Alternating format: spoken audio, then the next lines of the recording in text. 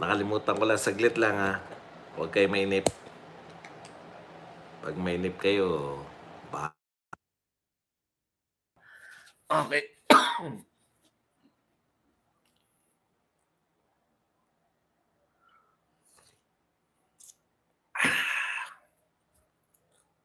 Ba. Magandang araw sa atin lahat mga kababayan, saan man panig kayo ng daigdig naron. Dito na naman tayo sa another episode ng ating vlogs, Badong Aratilis po. Pag-uusapan natin ngayon, ito po, no? Yun nga po, na-kumpirma natin na mula po sa Philippine Star, PNP cracking down on content creators, no? Pero hindi naman po lahat ng content creators na, ayan, no? Content creators destabilizing government. Meron po silang mga binanggit diyan na yung gumagamit po ng ah yung AFP at saka PNP gumamit po ng picture. Siyempre alam natin tinutukoy nila si General Macanas. Kasabay rin po niyan, meron din pong balita rito na yung Department of Agriculture, na-shock ako, 'no, Redis blacklist to unscrupulous traders. So ibig sabihin, iba-blacklist po nila yung mga unscrupulous traders. Blacklist lang, hindi wala po bang makukulong na smuggler? Pag-uusapan din po natin at tukoy na po ng pinagbibintangan po ng Department of Energy, ito pong NGCP, na siya pong culprit sa pagkakaroon po ng malawakang brownout sa Panay, no? Ito po ay island-wide Panay brownout. Kaya po grabe po, no? Bilyon daw po. Ayon sa mga taga-Panay, no? Bilyon. Ayon kay Treñas na Iloilo City Mayor, bilyon po yung nawala dito sa Panay dahil sa brownout na yan. Yan po mga pag-uusapan natin at iba pa mga balita. Siyempre, ano pa ba? Yan po mga pag-uusapan natin. Kasama po yung walang tigil na atake sa mga Duterte. Pero bago yan, kung bago ka pa lang dito sa ating channel, mag-subscribe ka na. Dahil ito lang ang tayong channel na may kinikilingan, may pinapanigan, una sa balita, uli sa impormasyon, kaya ano pang hinihintay nyo? Pindot na, okay? Ito po yung paninira ngayon sa Duterte, no? Huwag magpaloko sa DDS amnesia. Meron daw tayong amnesia. Yung mga DDS, mga Duterte supporters daw po ay may amnesia. Ito po, may number 1 to 4 po siyang binabanggit. Number 1, Duterte was a dictator. Diktador daw po. Keywords, EJK, martial law in Mindanao, ABS-CBN, terror law, Oplan, Kapanatagan, etc. etc. Isa-isahin po natin. EJK, hindi po siguro, alam nyo, pagka diktador ka, ang una mo kinokontrol yung media, di ba? Pasara mo lahat ng media kasi pag diktador, ayaw mo may kumukontra sa'yo. Araw-araw po nating nakikita, naririnig yung mga detractors ni Pangulong Duterte at that time, no? Wala naman pong pinakulong, wala pong pinasarang media. Yan po, itatama po natin. Wala pong pinasara, pinakulong ng mga media man, etc. Lahat ng mga kumukontra po, buhay pa lahat. Diba? Real talk po yan. Duterte was corrupt. Hello, Parmali. Ayun po, hindi napatunayan ni Gordon. Hindi po naniwala sa kanya mga kapwa niya mismo senador.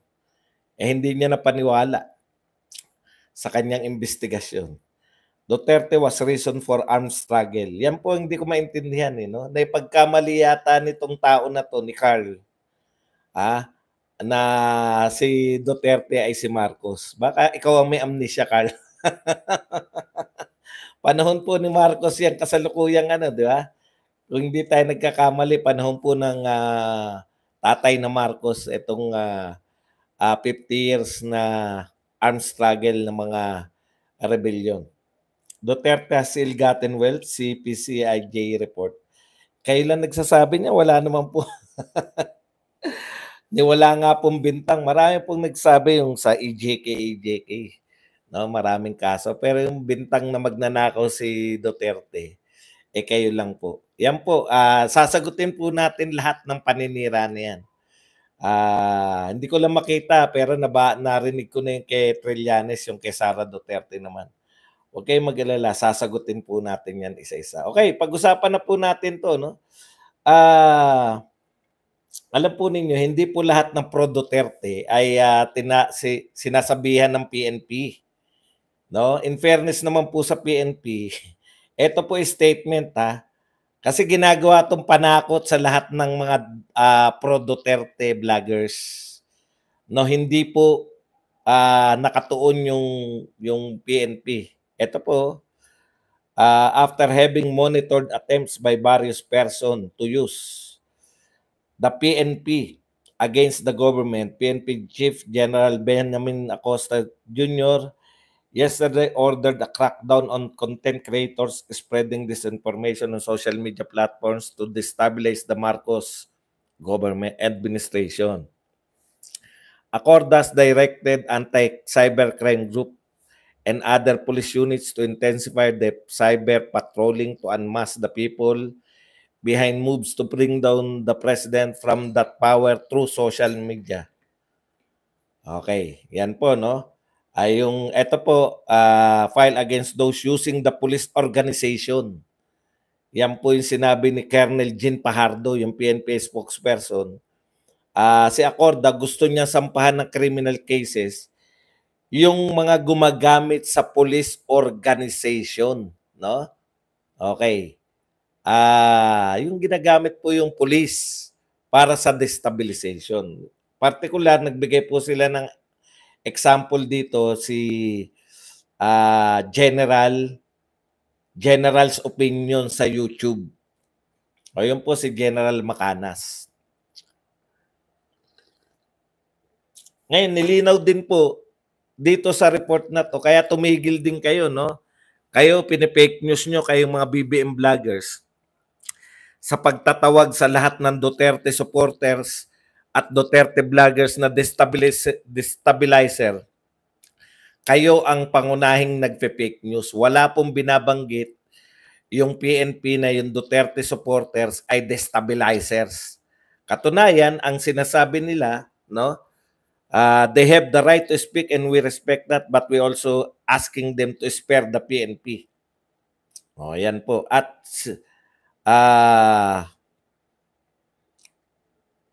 so wag po nila idamay. Igagalang ng PNP. In fairness po sa PNP, no? Sinasabi po nila na igagalang nila yung karapatan. Yung ng pananalita. Hindi po lahat ng lumalaban sa kontra dito sa administrasyon ay ika-crackdown o ipapahuli para po kasi yung iba natatakot na magsalita. Hindi po. Ang ibig sabihin ng PNP, yun na nanawagan ka na ibagsak. Kaya lang po, PNP. Ang dami po na nanawagan na matagal na ibagsak . Kakampi na po ng ni Martin ngayon sa Congress. Bakit sa vlogger lang po kayo mainit? Bakit po hindi dun sa mga nananawagan na matagal na ibagsak? Ang gobyerno mismo. Di ba? Hindi lang po yung admin. Okay, kasabay pa niyan, bigla napaisip ako dahil dito sa balita naman sa DA na yun na nga, ang sama pong tignan, no? PNP. Masama po masyado sa optics. Halimbawa lang po to, hindi ko po sinasabi na ito ang magaganap. Halimbawa po, nauna pang may nakulong na vlogger, no? Kaysa po sa may nakulong na smuggler. Napakapangit po, no? Sana same kasi mas matindi po yung impact nitong Sabi nyo nga sa inyong pagsusuri, yung PNP mismo yung nagsuri, wala naman silang nakikitang destabilization plot. So, wala pong destabilization pa sa kanilang may intelligence po yan, mga pulis, kapulisan. So, iba po yung may nananawagan, iba rin po yung meron na talagang sumunod o may destabilizer na matatawag. Okay, so ito po, syempre, sabi ko nga sa mga kapwa ko vlogger, napakaano po ang problema po nating mga vlogger sa totoo lang po, tayo ang pinakamatatapang magsalita eh. May alam man o walang alam sa batas, yung mga vlogger po ang pinakamatatapang, no? Sa lahat na magsalita. Sana po konting aral-aral din po tayo, no? Proteksyonan po natin lagi ang ating sarili. Wag po nating wag po natin silang bigyan ng chance para tayo maharas. Di po ba? Sana po pinoproteksyonan po natin yung ating sarili, yung ating pong mga sinasabi sa ating mga vlog. Isa pong, yun nga, sinasabi ko, no? Hindi na po panahon ni Pangulong Duterte ngayon eh. Sa panahon po ni Pangulong Duterte, ginagalang po yung kalayaan sa pamamahayag eh. Ngayon po laging may threat, no? Sa pamamahayag. Kaya ingat po tayo dahil sabi nga nila, may nagbabantay. Ayan, no? After having monitored attempts, minomonitor nila eh. Sa mga cybercrime, no? Ayan. Kaya po, wag po kayo, marami po dyan. Papasok po sa inyo. Ito po warning ko katulad po na nangyari rito, pumapasok yung mga nagpo-provoke para kayo po ay makapagsalita at yun po gagamitin sa inyo. Parang ano yan, parang sa pinasasagot nila kayo, no? Pinasasagot kayo sa mga katanungan nila na pag sumagot kayo ay maaari nyo pong ikapahamak. Imay Jose, wag mo kaming budulin. Sino ba si Imay Jose? Okay. Ay, nahalata ko yan eh. Ano masasabi mo sa sa pagpipirma sa manifesto? Bakit hindi ka nananawagan? O tapos mananawagan ka ngayon. Alam niyo yun, mga simple lang eh. Di ba? Papasok sa habang naka-live ka, may magtatanong, kailan tayo mananawagan, Boss Buds, ng na pumirma na yung mga tao? Ikaw naman, bigla, syempre, nasa height ka ng, kayo po. Ayan, yari. Yari na. Okay. Ayan lang po, no? Basta po lahat ng sasabihin natin, dapat po na-research natin, meron po tayong source, nakita na po natin yung Kalaka Eric, di ba? Dapat po lahat po ng sasabihin natin, meron tayong katulad yan, nagpaprovoke yan si Carl. Ay, mamaya na natin sasagutin niya. Kasi pag bigla kang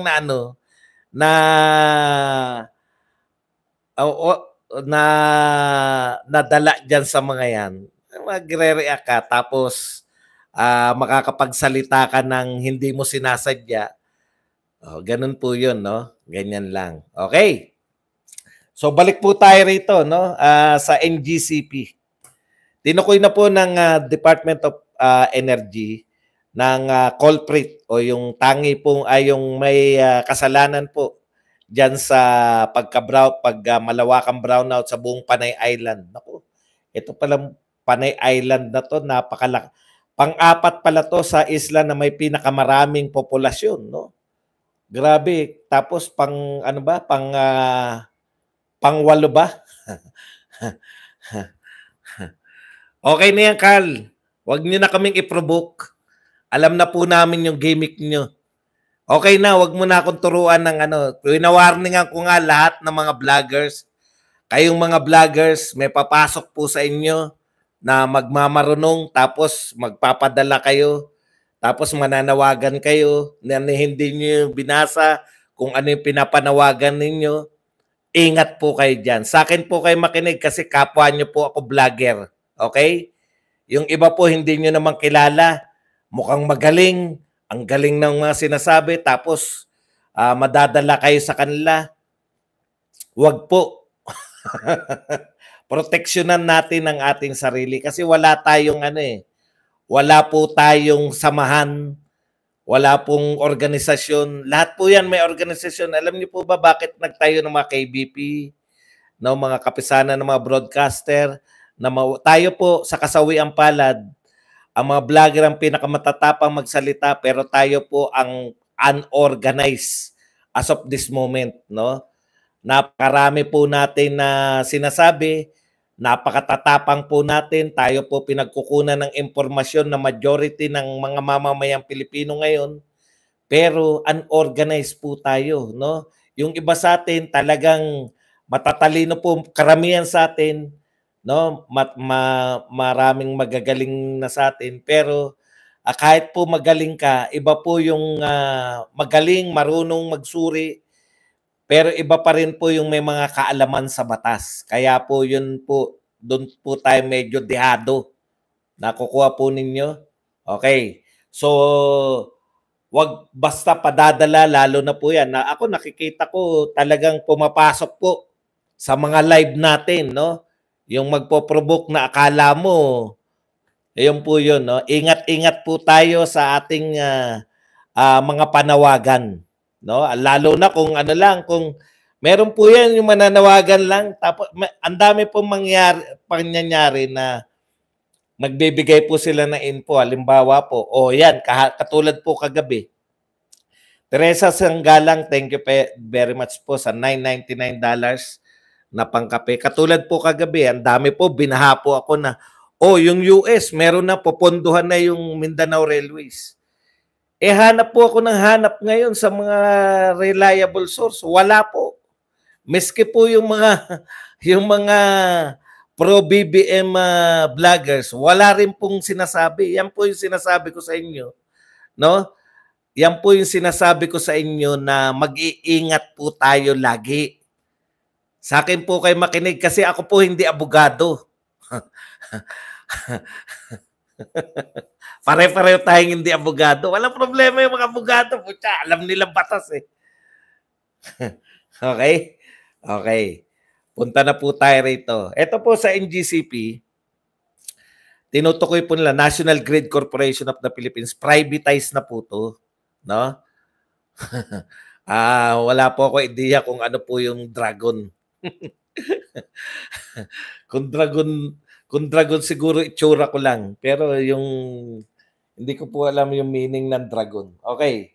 Sa NGCP po, National Grid Corporation, National Grid Power Corporation, privatized na po to, no? Ito raw po yung dahilan kung bakit po nagka-brown out. Siyempre pumapalag yung NGCP, no? Ako naguguluhan eh. Pasensya na kayo hindi po ako engineer eh. Iba pa yung power distribution, iba pa yung mga co-op at mga Meralco, iba pa yung Napocor, iba pa yung National Power Grid. Dahil tayo, salat po tayo sa kasanayan, baka may engineer po dyan na maaari po magpaliwanag sa atin. So nagtuturuan sila ngayon dahil ang dami. Ang dami nila, 'di ba? Sinisisi naman ng NGCP sa mga power distributor. Iba pa pala yung power distributor. Siguro 'yun yung mga Meralco, no? Ayun yung power distributor, mga Meralco. Kaya lang ang pinaka-importante po rito na na-realize ko, dati po lahat gobyerno 'yan eh. Wala pong ibang sisisihin, power distributor, Meralco, gobyerno, 'di ba? Tapos yung Napocor, gobyerno. Tapos yung power grid na hindi power grid, national transmission, basta ganun. gobyerno po. So, ibig sabihin, kung at lahat po yan, under ng NAPOCOR, yan yung pagkakaalam ko dati, isang ahensya lang ng gobyerno yung sisitahin mo. NGCP. Okay. So, National Grid. So, ibig sabihin, sa dami po ngayon, yan po ang tendency. Magsisisihan. No, magsisisihan sila. Nakukuha po ninyo? Pare-pareho silang private. So, syempre, magbabatuan sila ng sisi ngayon. Bakit ba natin pre-privatize siya mga yan? Di ba? In the first place. O ngayon, anong gagawin natin pag ngayon na-privatize na? Iimbestigahan sa Senado, iimbestigahan ng Kongreso. O ngayon pala, nagsabi na si Martin, total, meron daw tayong Maharlika Fund. Ipopropose daw ni Martin Romualdez na yung Maharlika Fund magpondohan, kasi ang sinasabi ng marami, kung yung NGCP ginawa niya yung mga transmitter, again, ano na naman yan, no? Ano na naman sa akin. So may mga kulang, may mga hindi ginawa yung NGCP, dapat nagkaroon sila ng mga transmitter, maiiwasan daw sana yung mga brownout na to. So para maiwasan na yan, yung Maharlika Fund na pondo ng pamahalaan, tignan nyo popondohan yung privately owned corporation para umayos yung kuryente natin. In the first place, bakit natin binenta yung NAPOCOR o kung ano pa man ang pinanggalingan yan, bakit natin pre-privatize in the first place? Kung pag pumalpak pala sila, tayo ring gobyerno yung dapat sumalo. Nakukuha ninyo? Apektado mamamayan eh. Apektado yung buong gobyerno. Nalugi yung Iloilo ng bilyon-bilyon. Iloilo City pa lang yun sa ilang araw. So yan po ay binenta nung panahon ni Pino, 2009. Ano ba yung 2009? Sinong presidente? Si Gloria. Yan po ang problema ng ang solusyon ninyo ay privatization. O katulad ngayon, bibigyan ko kayo ng limbawa. Ito, ano na yan So sabi ni Martin, may pondo naman yung Maharlika Fund, mag-ano tayo, mag-invest tayo dyan para magtayo ng mga transmission nang hindi na maulit. So ibig sabihin, ito pala mga pre-privatize natin, wala silang balak na magtayo ng mga transmission for the future. Bakit? Kasi magpopondohan nila yun. Pag pinondohan nila yung additional capital, ang gusto lang naman ng mga private, kumita. Pagkitaan lang.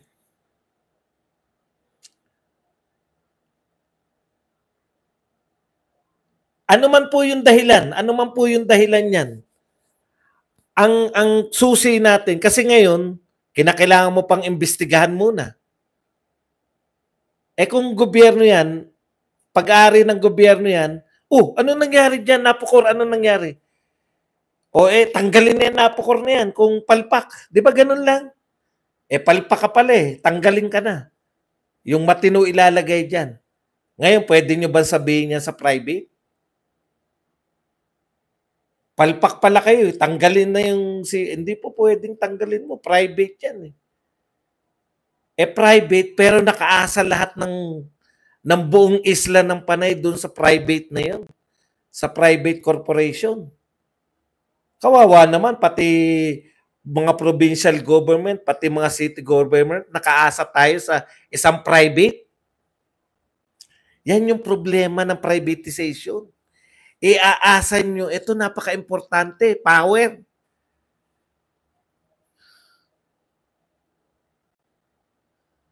Di ba?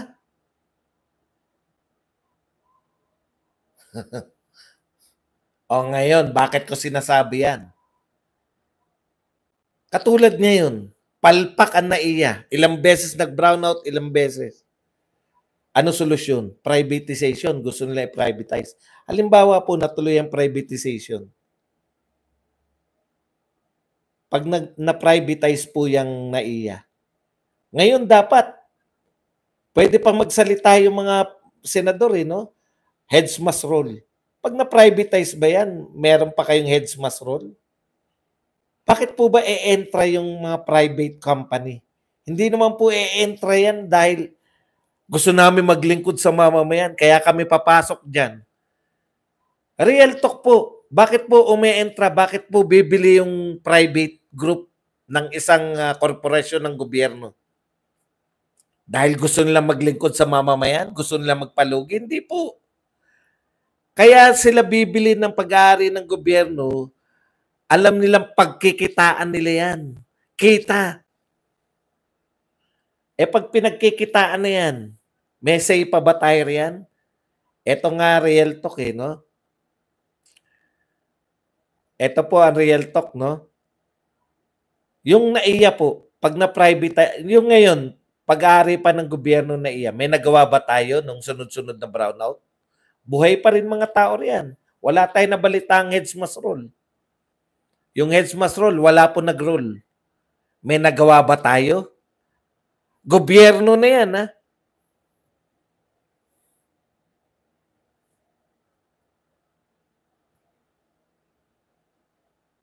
Ano ibig sabihin?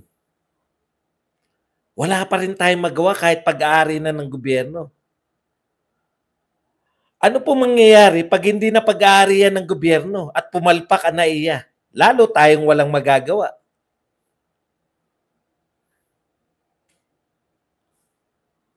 Ako po, ituloy ninyo sa Senado, ituloy niyo sa Kongreso yung pag-iimbestiga. Kung may dapat managot, dapat managot. Pero lahat po ng pre-privatize natin, wala po tayo, as in nilalaut ko na po. PLDT, bumilis ba yung ating internet? Isa tayo sa pinakamabagal, di ba? Ano pa na-privatize natin? Meralco, wala ba tayong problema sa Meralco? Maayos ba?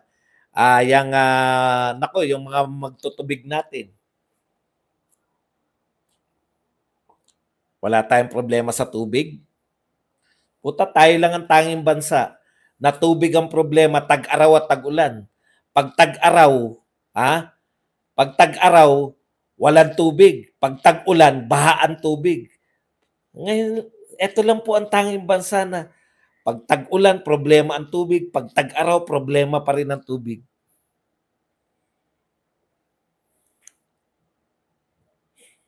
Paano? Alam niyo po ba? Dekada na po nakalipas, no? Lahat ng presidente nangungutang. Kailan tayo huling nagtayo ng dam? Yung malakihang mga dam. Lalo na po para sa Metro Manila. Panahon pa po ng tatay ni Marcos. Kailan na lang uli, natuloy uli? Panahon na ni Pangulong Duterte. Pero yun yung dami nagdaan na, magtataka kayo, bakit bakit nawawala ng tubig? Pag ulan po siya, problema natin, baha. Baha. Kung binabaha ka, poproblemahin mo ba tubig?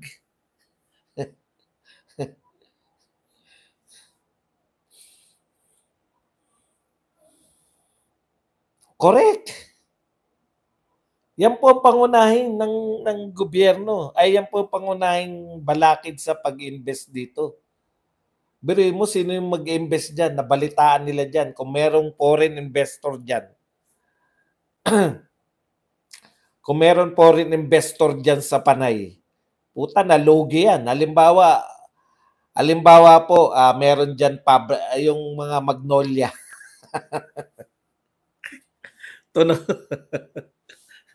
Tunaw na lang.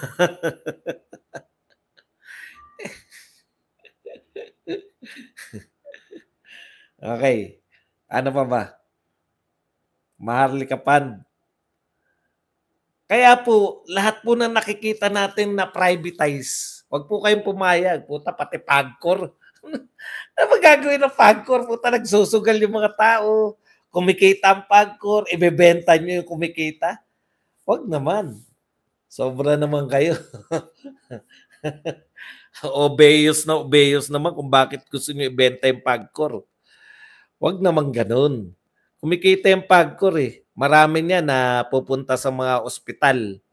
Marami yan na tutulong. Ewan ko kung anong utak meron na bakit ipa-privatize yan. Tandaan po nyo, panahon po ng pandemya, hindi po tayo nag-prive po. Ewan ko. Alam niyo sabi ni Pangulong Duterte, hindi po tayo aangal nun. Nung panahon ng pandemya, wala na tayong kapera-pera. Gusto ko ibenta tong buong CCP, Cultural Center of the Philippines. Ang laki nun eh. Di ba? Ibebenta niya na lang daw kasi wala na tayong pambili ng bakuna. Eh magagaling maghagilap yung mga tauhan niyan. Kaya po ako, naninindigan ako dyan, no to privatization. Kasi ganyan din po mangyari. Pucha, panay-pangako lang yan. Ano pinapangako nila ngayon sa NAIA? Gaganda ang serbisyo ng NAIA pag na-privatize. Gaganda? Ganyan din sinabi nila dyan sa mga napokor na yan eh. Ngayon,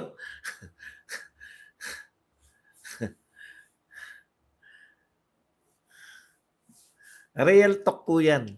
No? Maniwala kayo sa akin. Wala tayong mahita dyan. Okay, ano pa ba ang ating pag-usapan bago akong magano?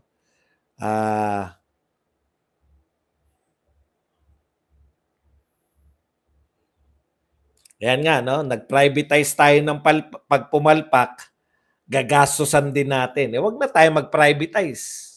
At least, pag hindi tayo privatize, meron tayong sisisihin. Ngayon, hindi po natin alam sino sisisihin natin. Ituloy nyo po sa Senado at sana may managot.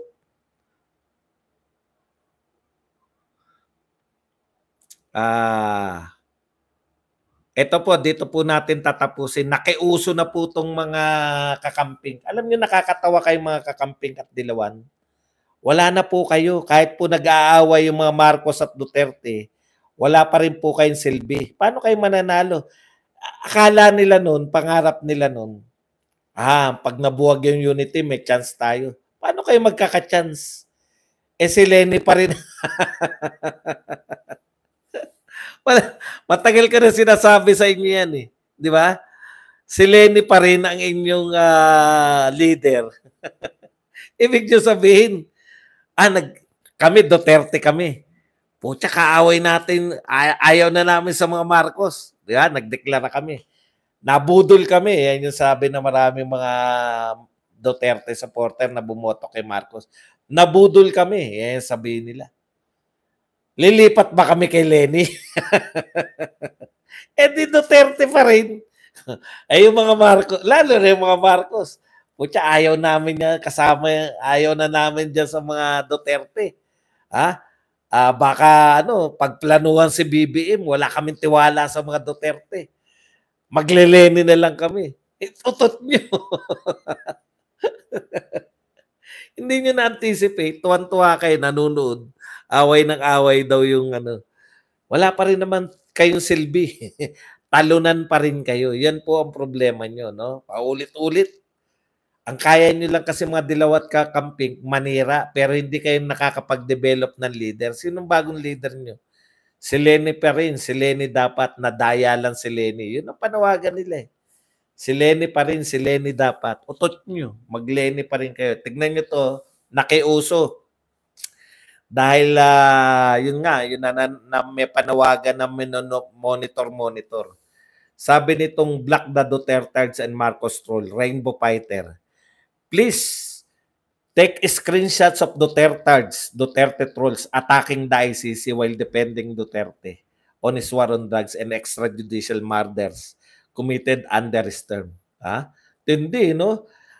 Please take screenshots. Send to international criminal. Doon ako natawa. Akala ko kung ano gagawin, yung pala isa-send sa International Criminal Court. Isusumbo mo kami sa ICC? Kailan pa bawal na ipagtanggol si Pangulong Duterte? Kailan pa bawal siraan yung ICC na nagpipilit pumasok sa Pilipinas samantalang wala naman silang jurisdiction? Kailan pa po? Dilawan na dilaw. Mga tanga mo. I-screenshot daw yung mga bumabanat sa ICC. Utot nyo. Doon na nga ako sa kanya para hindi na mahirapan. O eto na, sisiraan ko na ICC sa iyo. Kailan pa bawal na na tutulan yung panghimasok ng ICC? Wala naman silang jurisdiction sa Pilipinas. Thank you very much kay Ma'am Emel.